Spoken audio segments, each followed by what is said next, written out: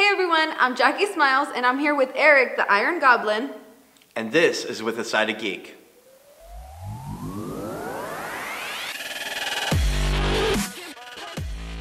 Why don't you tell us what the Iron Goblin is? The Iron Goblin is my company. I basically make masks, prosthetics, props, and various things for cosplay and costuming. And how'd you get the name the Iron Goblin? I had to think about that for a really long time. I wanted to create a brand that was rememberable and fun and kind of fantasy based in the name. And I like goblins because they're nasty little creatures. And I thought if you were to take a goblin and make it better, make it an Iron Goblin, and it struck me as cool. So what inspired you to start creating masks and prosthetics? I was really young when my dad showed me Fright Night, and there's a character that melts in that movie, and I thought that was one of the cooler things I'd ever seen. It was all about the horror movies, Fangoria magazine, and trying to figure out how they did these things, and Freddy Krueger and all that stuff. And eventually my mom went back to college, and she decided to get a theater degree. And so there was one night where she was doing the makeup for Macbeth, and I got to go backstage. And after a gentleman slit his throat and had blood spewing out all over the place, I thought, this is the coolest thing I've ever seen. I need to know how to do this. So she took me backstage, and he showed me that there was a little pump in his hand, and he pumped the blood and it shot out of the neck, and he showed me how he did it. And I just thought, I want to do that. This is awesome. So what was the first thing you actually started? I had been messing with prosthetics, of course, right? Doing little cuts and scabs and wounds and droopy eyes and things you could hit and pus would shoot out. And, little tricks like that. But the first big one was a Venom mask out of duct tape. I was like 11 or 12. So what are some big projects that you're working on now? Like what are some more of your newer stuff? Right now, actually, as a matter of fact, we're going to be working on Iron Man armor, Mark III. Iron Man. And we're starting with the helmet. We have a few things from Star Wars that we're working on, like the Bith character and small props like gaffy sticks and things like that for the Tusken Raiders. But some other bigger things coming up might be my first cosplay outside of Star Wars, which is my first real cosplay, which will be a Teenage Mutant Ninja Turtle. And are you able to talk when you have all the masks on, or does it kind of limit you a little? It really depends on the type of mask. And if it depends on the character too. Some characters allow you to have voice boxes so you can amplify yourself. But So have you ever added like any robotics or electronics to any of your masks? I have, actually. There was a Doctor Who episode where there's a prosthetic that goes on the face as if he's being taken over by the Cybermen. The device has little tiny things that light up on it, and there's all these little electrodes and things that are going into the face in certain spots. And so I had to create this tiny prosthetic, but hide LEDs inside of it along with a battery pack, along with a switch to turn it off and on. So that while it's on your face, you could turn it off and on. So what is like the process of creating a mask? Can you like run us through the steps of that? Basically, if you've decided on what you want to make, right, and it's not a hard helmet, and it's like a soft mask, and you want to do latex, because there's all different processes for different types of masks.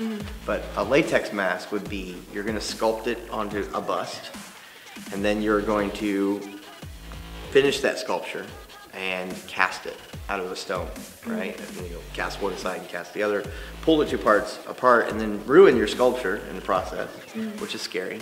And then, because you spent probably 35 hours sculpting it, and then you're gonna take that clay and you're gonna put it in a bucket and reuse it later. And then you're gonna take this mold and you're gonna clean it out. And then once it's clean and once it's dry, you can put latex in it. And once the latex cures and you swash it, turn it over and get the latex covering everything, and it cures all the way after about 24 hours, you can pull that mask out by splitting them back open. And then you can keep doing that now that you have the mold. So once that latex is done, you have to trim it, paint it, finish it all off, and give it whatever extras you're gonna put on it, and then it's done.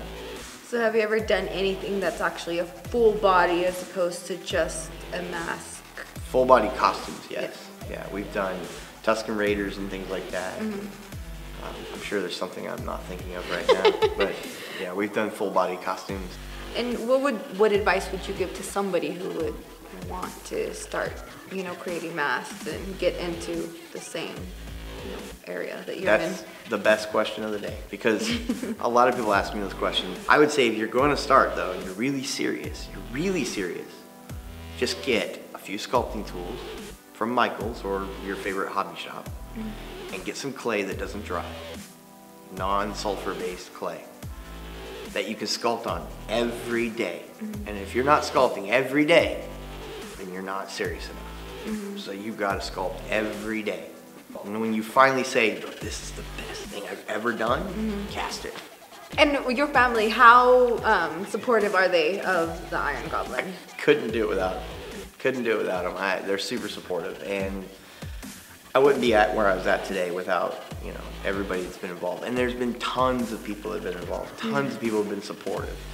Squad members in the 501st that I'm in, with a side of Geek, was there really early on, interviewing me when I was nobody. Not that I'm somebody now, but I've grown, and I think, they were there and they saw potential, and they gave me a shot. And there's countless people like that. So recently you were featured in Project O Magazine, which is a local magazine here. I was really honored to be featured in that magazine. The editor and owner of the magazine came and picked up my masks and did a photo shoot with them, and he made them look beautiful. And in what ways have you involved yourself in the community? I'm a member of the 501st, which is the 501st Legion. It's a Star Wars costuming group that does charity work. Their primary purpose is to do charity work for almost any charity, where we can help raise awareness for a cause. So we don't collect money or anything like that, but it's a worldwide organization with over 7,000 members, and it is Lucasfilm's preferred costuming group. And we work directly with them sometimes for some events, like Make-A-Wish and things like that. I'm involved with the Rebel Legion as well, and they're the same. They're the sister organization to the 501st. Involved in the R2 Builders group, which is led by a whole other group of people that are amazing, who bring all the droids in Star Wars to life. There's tons of groups, but I'd say the last one might be the Mando Mercs. They do the same thing. It's a Star Wars thing. And any cosplayer group that I find out about too that wants help, I will help them. So you're very involved in giving back to the community, not just building your business. You have to. That's awesome. There's been so many people who have given back to me that if I did not give back, I would not be doing the right thing. Is there any local events that people can attend to where they can see your work in person? Yes, I'll be at CollectorCon this year for sure. I'm going to try for Bakersfield Comic Con, and there's a couple more cons in the area throughout the year, and we're going to shoot for those as well. So we're going to do our best to get out there and see you guys. Where can people go to find out more about the Iron Goblin and see more of your work? First off, will probably be Facebook. Those probably have the most pictures and information, and the fastest way to contact me. I have an Instagram that I just started. It's just under Eric Main. And I would say the San Joaquin Squads page, which is the 501st group that I'm in. That's our local squad. And if you go to that page on Facebook, you'll find out about all the charity events we're doing. There's also the Bakersfield Astromech Droid page that you can check out on Facebook, and they will have events coming up too. So there's those for right now. And then my website's about to launch, so www.irongoblin.com is active now, but we're filling it up with content. We'd like to thank Eric the Iron Goblin for joining us on With the Sided Geek. We'd also like to thank our sponsors, Martidia and Bakersfield CollectorCon. Don't forget to like and subscribe and follow our social media. I'm Jackie Smiles, and we'll see you guys next week. And hopefully by then we've found Stev.